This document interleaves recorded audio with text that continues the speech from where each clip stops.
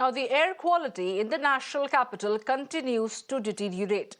The AQI was recorded at 385 today, which falls under the very poor category. Thick layer of smog has engulfed the entire capital city. Delhi government is enhancing measures to reduce pollution.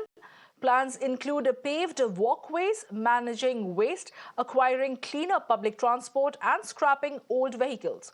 They aim to recycle waste and build more green pathways. The Municipal Corporation of Delhi is working on processing and bioming waste at various landfills. The Supreme Court on Monday rapped the Delhi government over its failure to implement measures to curb rising air pollution in the national capital following the festive season of Delhi.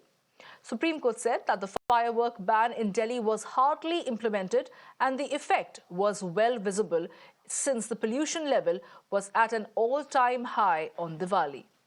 The bench sought an immediate response from the Delhi government, asking them to show them the order implementing the firecracker ban in Delhi.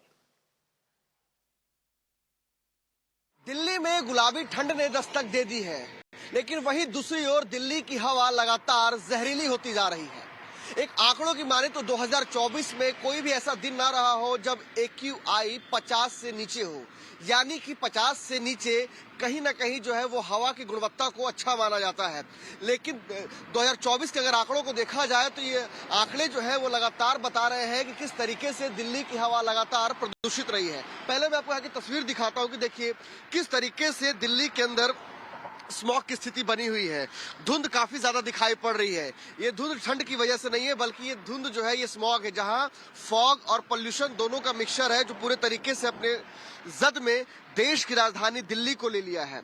आपको बताना चाहूंगा कि आज जो air quality index है वह लगातार खतरनाक से भी ज्यादा स्थिति में पहुंचती हुई दिखाई पड़ रही है। आंकड़ों की माने तो जो एयर क्वालिटी इंडेक्स है दिल्ली का वो 385 है, वहीं नोएडा का 310 है, गुरुग्राम का 319 है और फरीदाबाद का 274 है।